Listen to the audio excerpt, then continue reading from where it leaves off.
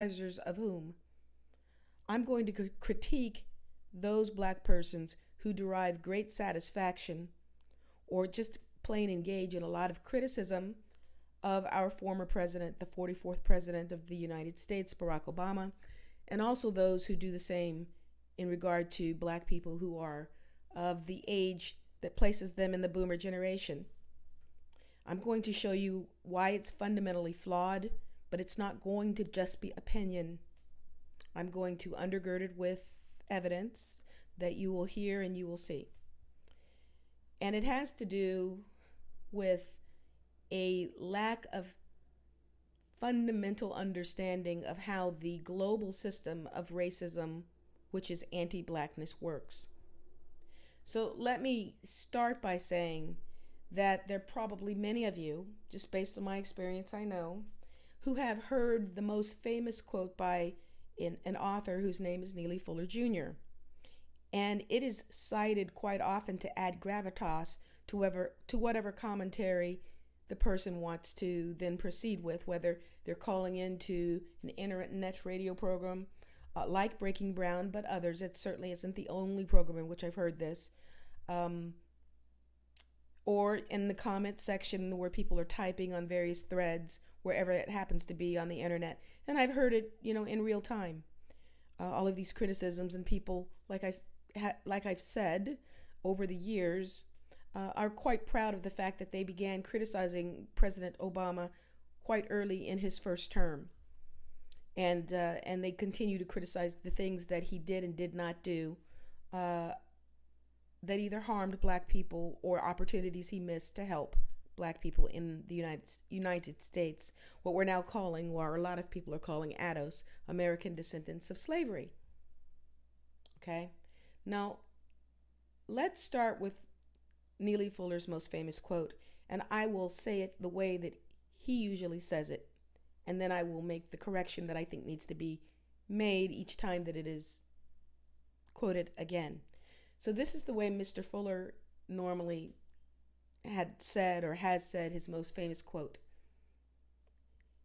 If you do not understand racism, which is white supremacy, what it is and how it works, everything else that you think you understand will only confuse you.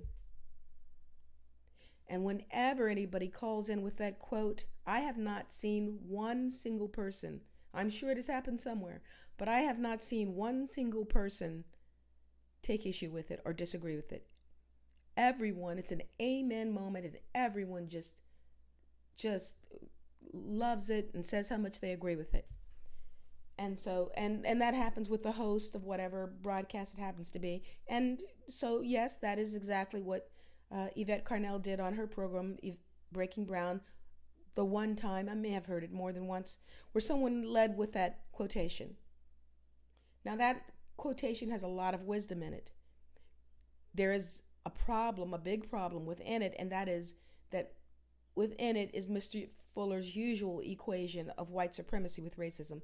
Folks who've been following me on Facebook or know my work on Facebook or the old platform at Blog Talk Radio, and even maybe a few people that are new here to YouTube, know that I do not equate racism, the global system of racism, with the global system of white supremacy. I equate it with anti-blackness. And so that is the way that I would restate Mr. Fuller's most famous quotation. And it's true. Okay? So my critique of those who are so proud of criticizing boomers and Mr. Obama has absolutely nothing whatsoever to do with whatever policy he did or did not enact. It's way more fundamental than that. It has to do with understanding how serious these people who practice the global system of anti-blackness are. So when you enter into the public sphere and you are in any way that's detectable, dealing with this subject of race or racism, you know that you are putting yourself in harm's way. You know that it could take away your livelihood. You know that it could falsely imprison you. You know that you might even meet your death. And most folks that I know who get into this type of activity are aware that it can mean that. And the higher up you go in terms of visibility, the more that's the case. But I have never known, every person I've ever known of who's entered into that sphere has been aware of that. But what I have never known of is someone who gets involved in the activity of trying to counter anti-blackness directly or in any way that's, discernible indirectly. What I have never known any of these people to do is be aware that that would put their children's lives or their safety at risk. Never. I mean, people can go into things and be willing to die for what they believe in, but I have never known anyone to have children and be willing to put their children's lives at risk for that. Now, when we're talking about the Obamas, what we now know is that they had quite a bit of trouble conceiving. They went through quite a bit of trouble. They had infertility issues. Okay? So you cannot convince me that Barack Obama ran for the presidency, campaigned to be president of the United States, knowing that what he was doing could put him at risk, but no more than that, I'm sure he knew that would put his young daughters' lives or their permanent physical health in danger.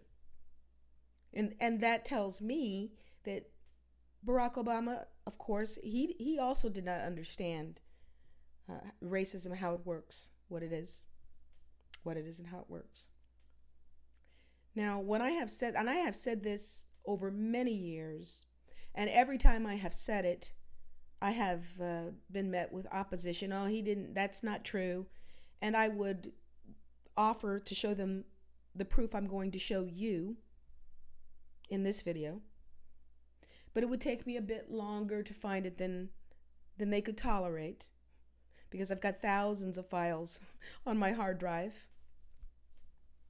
I'm not silly enough to just keep them all here. I've got them on physical hard drives in various places beyond my residence. But it would take me a little bit too long, and they'd say, oh, how convenient, you can't find it. And I would ask them for time, and they'd say, no, you can't find it. And they would resume having their their Obama bashing party. They really enjoyed that they thought I had no evidence. Well, I have that evidence. And as I said, I'm about to show it to you. And I'm going to let you hear it. Okay? Now, what you're about to see is a graphic that was on the Facebook page of PBS. It has no audio. It didn't have any audio on their Facebook page. And as I recall at the time that it was shown on their program, it did not have any audio. And it made it that much more poignant. And it's going to loop. It's about 5 scenes that loops. And what it does is it describes the breach in security protocol on September 19th, 2014 by a man by a man who they say was a veteran, and his name was Omar Gonzalez. Now, of course, they have a backstory. They have an excuse. They say that this man was suffering from PTSD, because he was a veteran. That always goes along with this type of terrorism that is done of people of high profile. You've got to have a backstory. But he was known to the authorities. He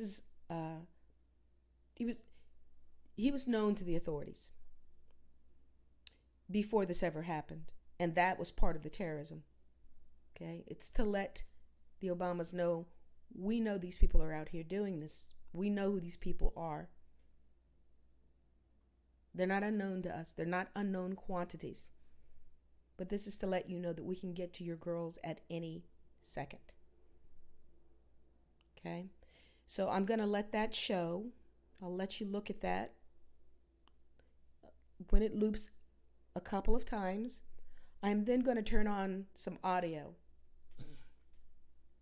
And that audio will be, excuse me, that audio will be Rachel Maddow of MSNBC further describing the appalling lack of protocol, the appalling vulnerability of the Obama children and the Obama family in this incident.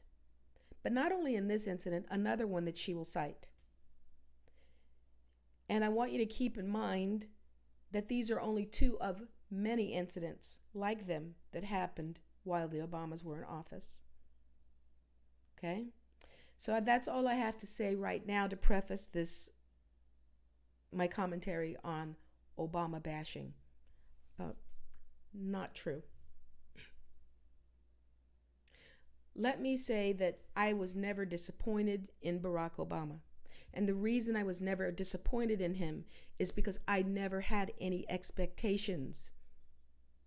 I never had any expectations that he would be allowed to do anything specifically tailored to help Black people in the United States, American descendants of slavery. I never had that expectation.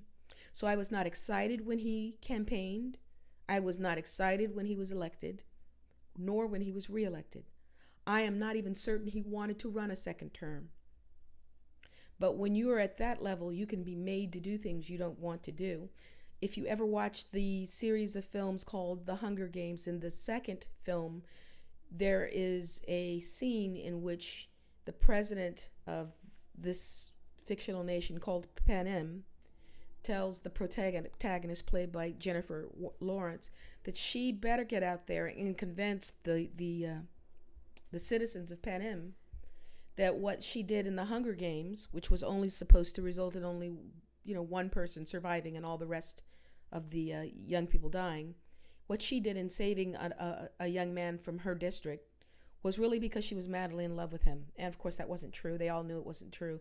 And in other words, the insiders knew.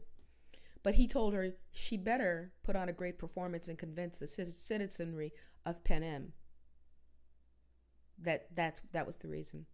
And so by the same reasoning, I'm not convinced that President Obama even wanted to run for a second term. I'm not convinced that many of the things that he said that sounded patronizing were things that were of his own making.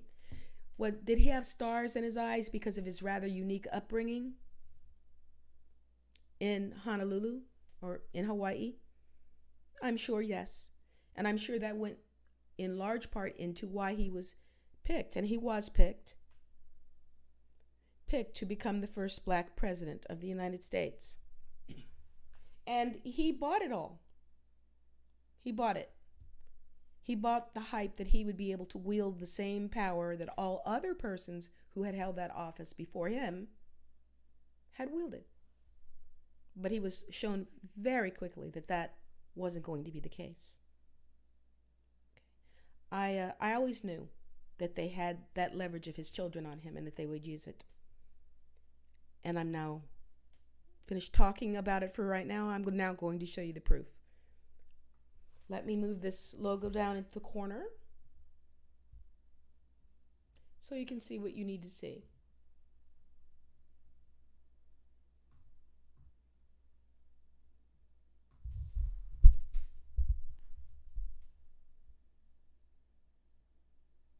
Here's the graphic.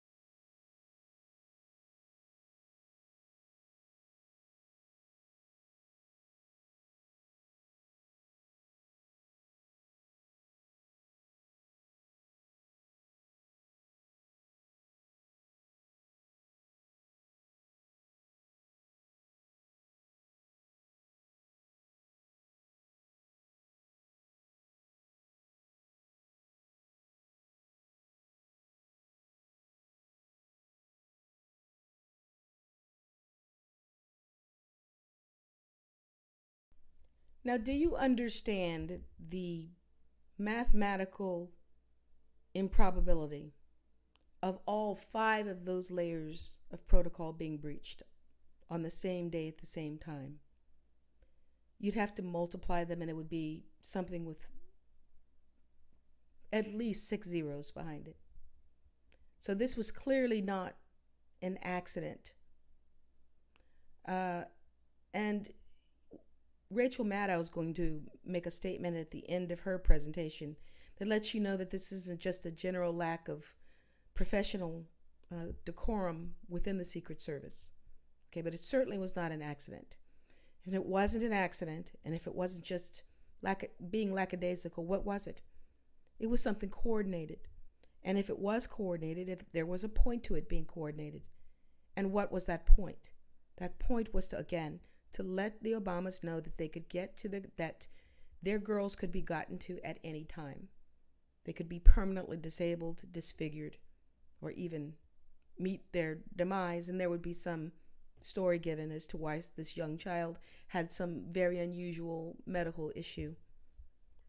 And that latter part is something that I had told myself I was going to not say, because I have studied the Kennedy assassinations, any number of assassinations.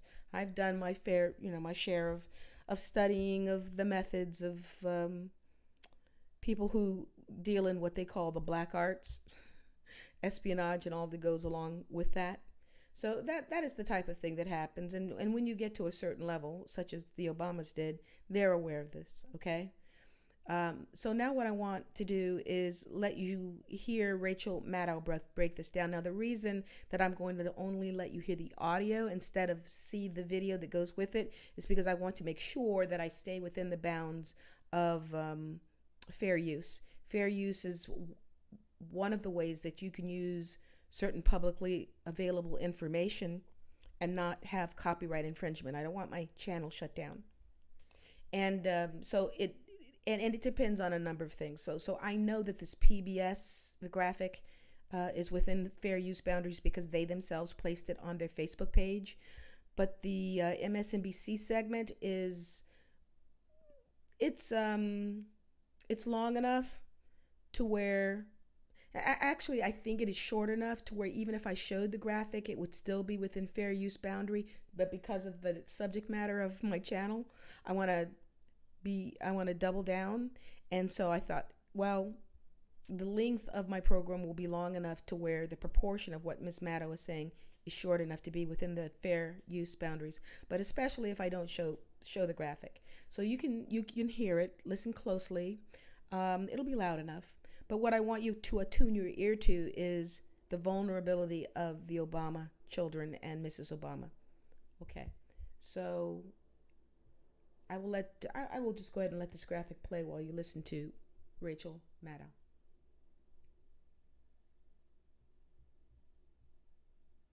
He was running through right there was actually the landing for the staircase that goes up to the second floor of the White House. He did not choose to run upstairs. He kept going. He could have chosen instead to run upstairs to the second floor of the White House instead of what he did, which was continue through to the East Room. Had he run upstairs instead, this is where he would have been. This is the second floor of that same building. You see the labels there, how it says bedroom, bedroom, bedroom, bedroom? Those are the bedrooms and private quarters of President Obama and his family. I have been to the White House for Christmas parties and stuff, and occasionally meetings with White House officials. You get to see all the stuff on the first floor, the East Room, the Green Room, the Blue Room, all that other stuff, depending on what you're there for. Nobody gets to see the upstairs part of it because this is private. This is where the president and his family live, and Omar Gonzalez was right there on the landing of their stairs. As far as we know, he chose not to run upstairs. But the way information has been trickling out about this very disturbing incident with the armed man who made it that far into the White House, who knows what we'll find out in another few days. Carol Leonnig is the Washington Post reporter who first broke this news today about exactly how terrible the security breach was when Omar Gonzalez and his knife were able to get that far into the White House. This weekend, Carol Leonnig at the Washington Post had another scoop about the Secret Service and the White House, which in some ways was even more difficult to believe. I mean, which is worse? Being able to run all the way inside the White House, almost the entire way to the president's private residence with a knife on you? Or firing 7 bullets into the walls and windows of the Obama family's private residence at the White House and the Secret Service not noticing that you did it for days. Because the same Secret Service had that problem too. November 11th, 2011, it was a Friday night. It was around 8:50 p.m. We just saw some interior views of the White House. Here's the White House on a map. For reference, the place where the fence jumper jumped over the fence and ran at the White House, Omar Gonzalez, the guy who made it inside, he came from the Pennsylvania Avenue side, up on top of the White House there. That's where the decorative fence is that so many people have jumped over. This other incident in 2011 did not happen from that side of the White House. It happened from the other side of the White House and from much further away. So you see Pennsylvania Avenue here. Then below the White House, you see there's E Street. Then there's something called the Ellipse. And on the far side of that is a big, heavily trafficked road in Washington, D.C. that's called Constitution Avenue. And at about 8:50 p.m. on the night of November 11th, 2011, a young man pulled his car over on Constitution Avenue.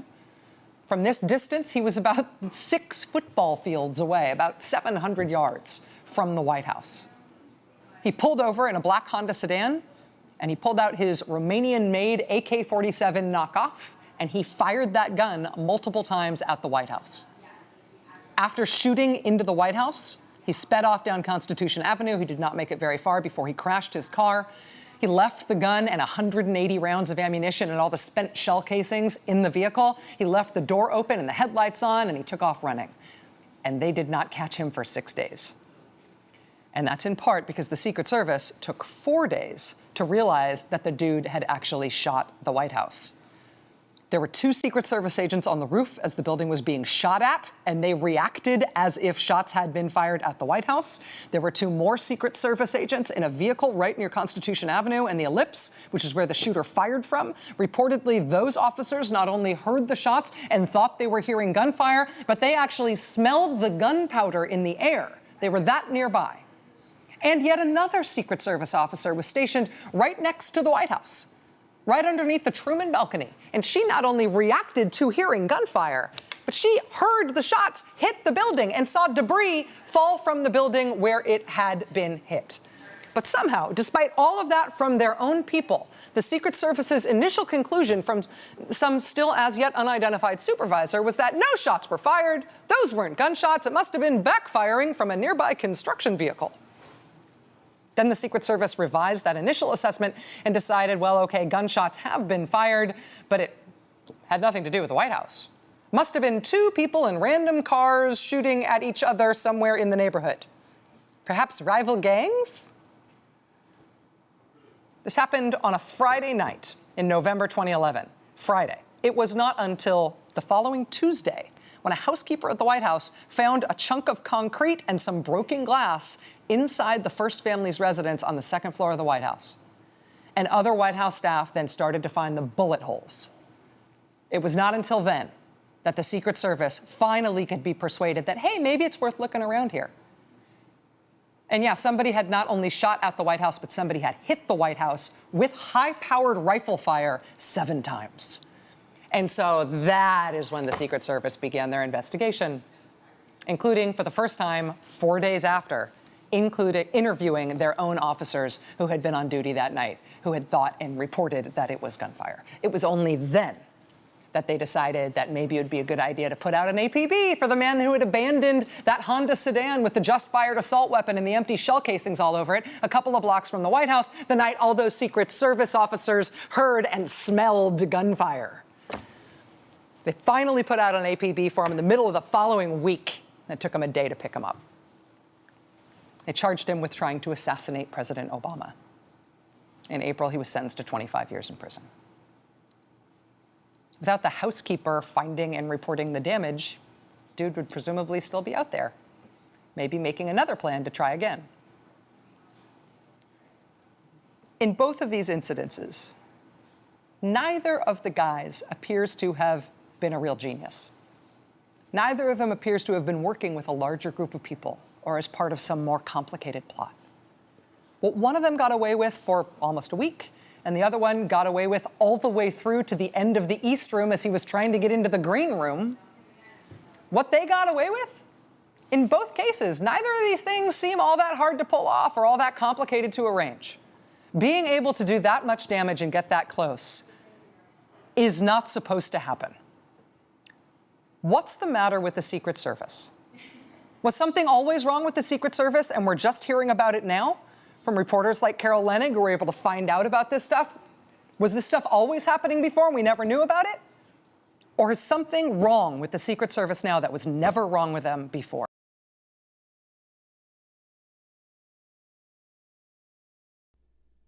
Okay, did you hear that last question? She said, has something always been wrong with the Secret Service that we're just now finding out about?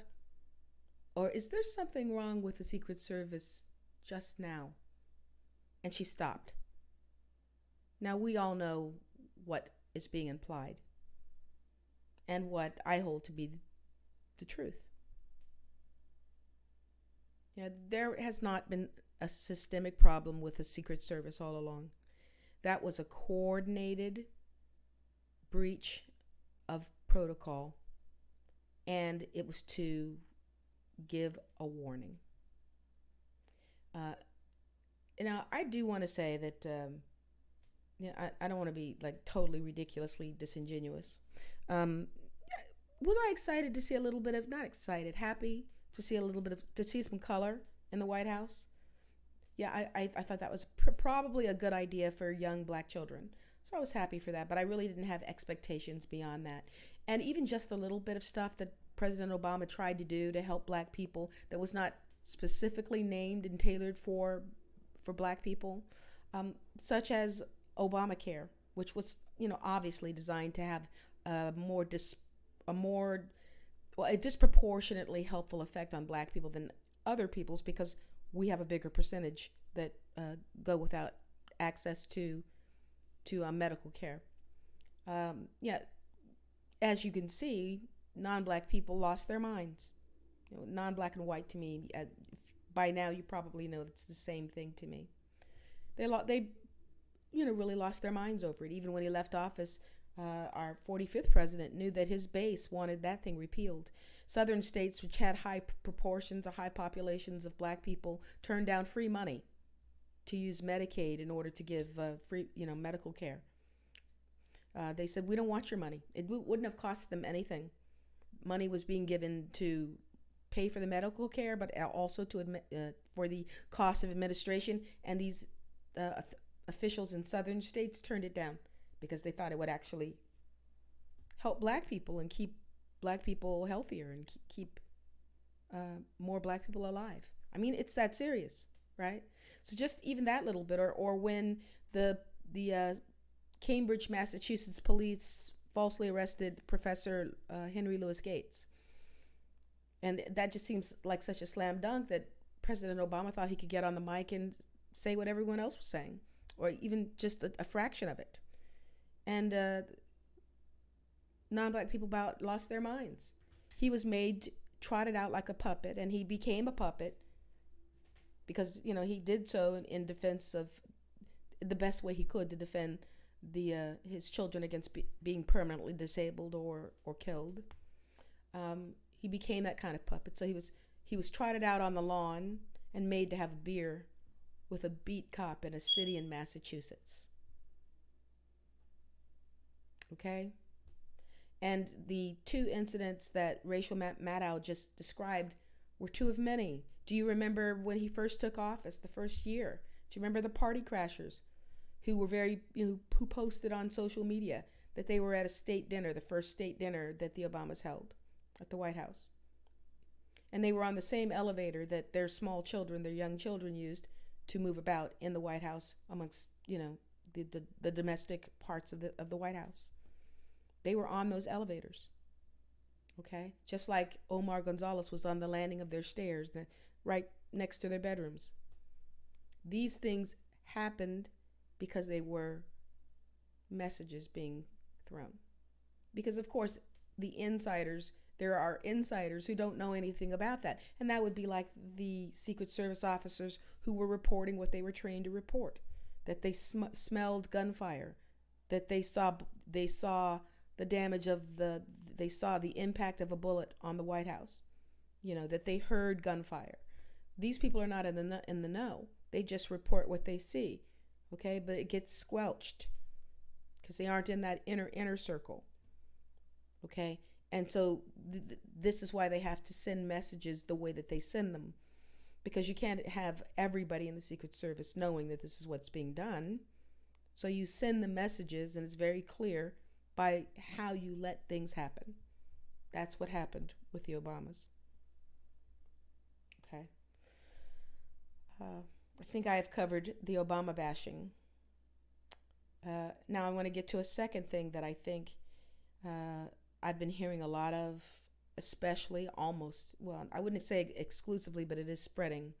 But on the platforms of Antonio Moore and Yvette Carnell, they do a lot of boomer bashing. They do a lot of complaining that boomers had lives that are much easier than millennials or Gen Xers. They complain that most of the wealth is held by boomers and that nobody younger than boomers have money.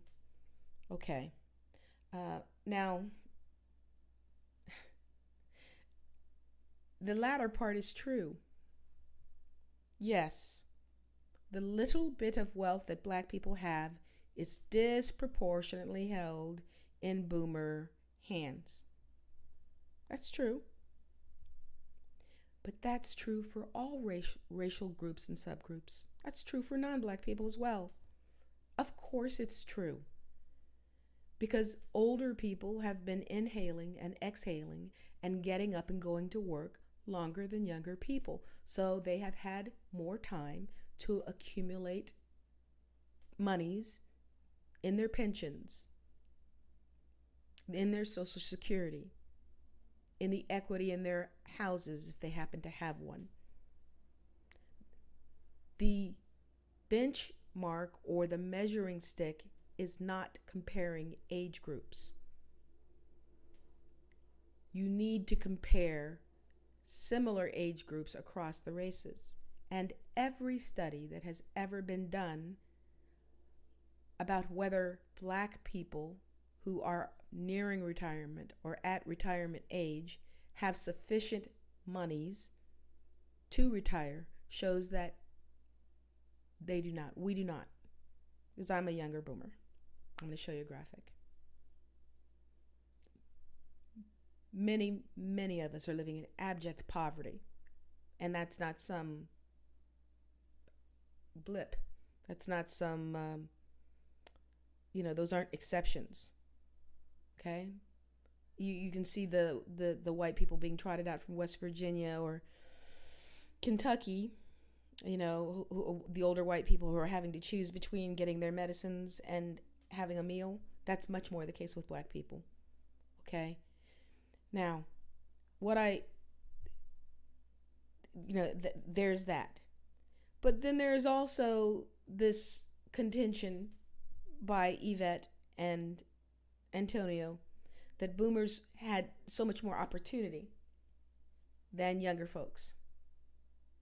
And, you should know before you even look at the data. You should know, if you have a fundamental understanding of the system of anti-blackness, racism, that that's not true. Life has never been a bowl of cherries for black people. At no time was that the case. Were there little short periods of time where little windows opened up, very short periods of time, 5 to 10 years? Yeah. And even then, it was a tiny proportion of people who got to take advantage of that. Right after the Civil War, from about 1865 to whenever the Hayes-Tilden Compromise was, which is, I think, 1870, 1871, or something like that. And they let the Night Riders come in and lynch people and burn farms and burn houses and burn records of deeds of ownership, that type of thing, and which led to Jim Crowism. But yeah, before that, there were a few black people who were in Congress, who were professors, who were scientists, etc., and then it shut down. Same thing happened right after the Civil Rights Movement at zenith. So late 50s, early 60s, you're starting to see loosening of certain strictures. Black people are being given access to jobs and to unions, and you see a steep increase in high school graduation rates and in income and a steep decrease in poverty levels. And that sort of hit its peak, according to the Urban League, in 1967, and or 68, one of those years, and it leveled off right after that. Now understand what the age was of boomers in 1967. Many of us, including me, were small children. And so that was the ramp up to sort of the crowning moment when we knew that, we knew the white folks had had enough, what I'm calling white people, right? The same way that they've had enough now. They had enough of looking at Mrs. Obama and Mr. Obama and their children in the White House. They just had enough. Okay? And so that happened, in the 60s, in the 70s, they were getting their act together. And then by 1980, you had Ronald Reagan elected. Of course, many people will say it started with President Nixon, but there were still affirmative action programs in force at that point. He started a Southern strategy, and yes, they were on their way to it. And it wasn't just those principles. It was the white politic or the non-black politic, the electorate around them, that created, that environment. So what I'm going to show you now is a comparison of what it was like for boomers at the peak of their earning power, or near the peak of their earning power, compared to Gen X. Everything is supposed to have stopped with the boomers. We had a wonderful life, right? So let me show you this. Make it bigger.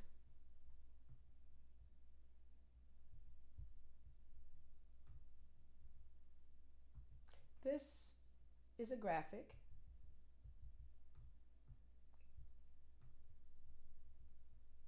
that shows what, according to the U.S. Census, was the median income for people aged 40 to 44, and then another segment aged 45 to 49 in the year 2000.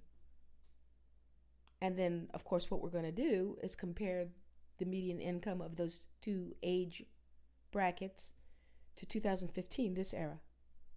Okay, so now if you look at the 40 to 44 years old bracket, in the year 2000, these are boomers, okay?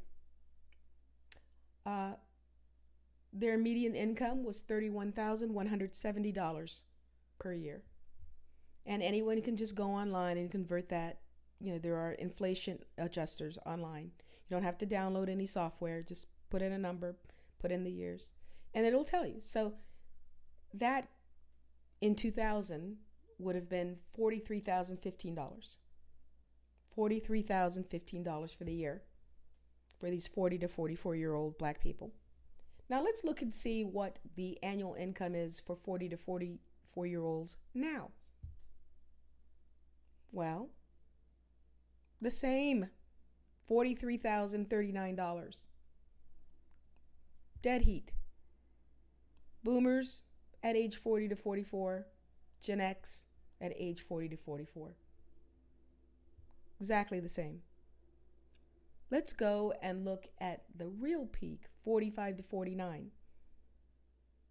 Let's look and see what boomers made. Well, in that year, the year 2000, they made $32,094. Inflation adjusted for today's dollars, $44,290 for the year. Well, what is Gen X making now at that age? $44,567, another dead heat. Okay? Each generation has its challenges. Each generation has its issues, but fundamentally, the system doesn't change. There are programs put forward that help a little bit, that convince black people that we're on our way. They get it. They're going to stop doing us wrong, and they're going to make good all the things that they made rotten in black people.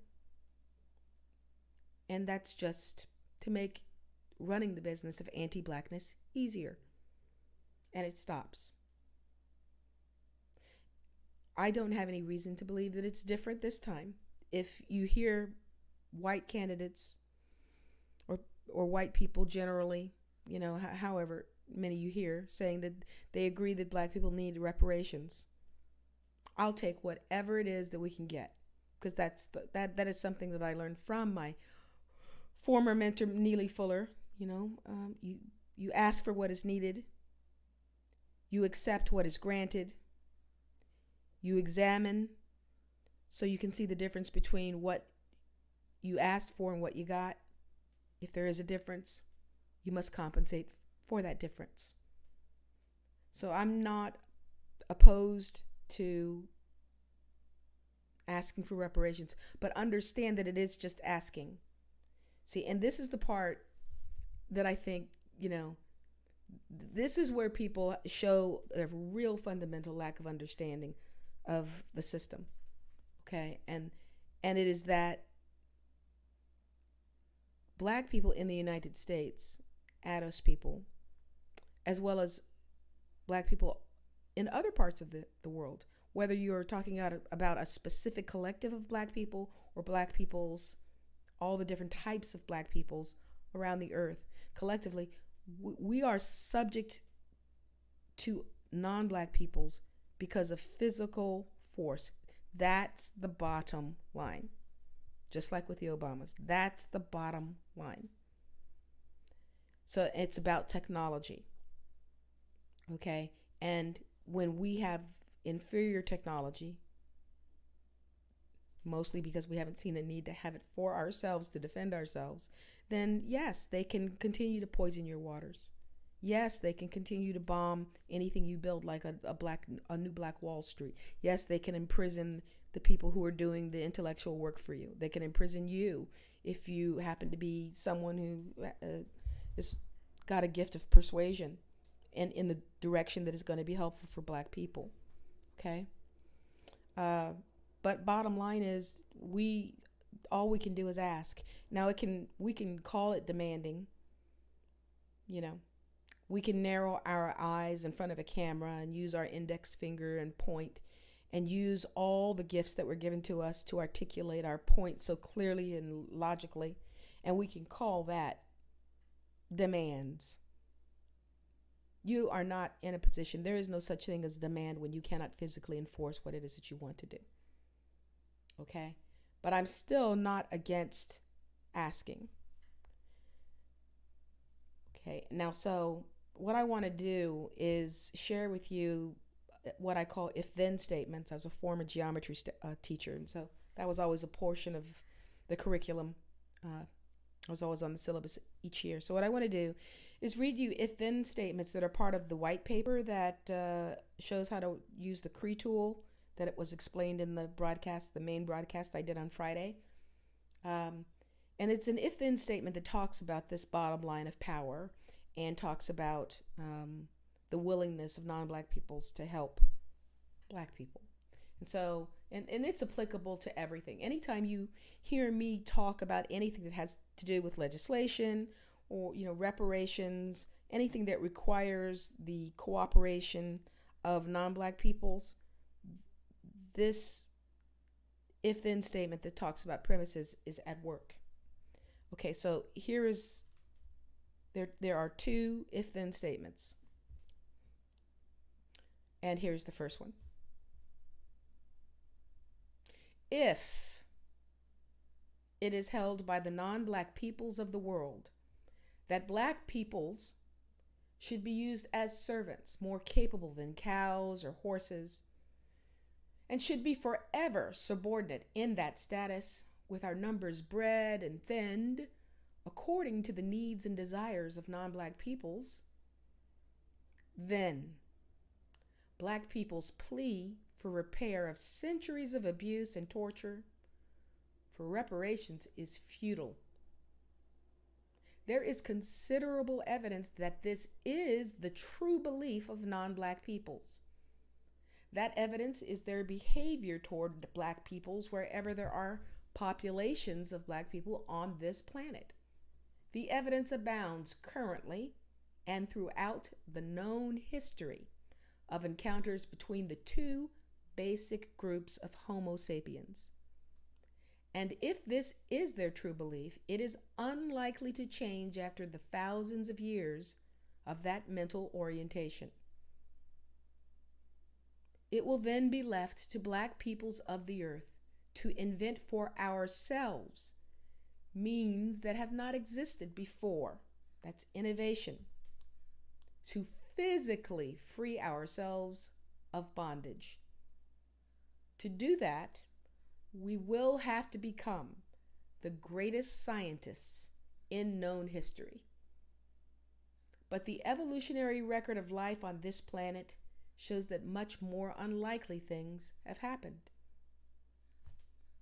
The first one I can think of is the very start of life. It was an anaerobic environment, meaning an environment here on planet Earth that did not have a lot of oxygen.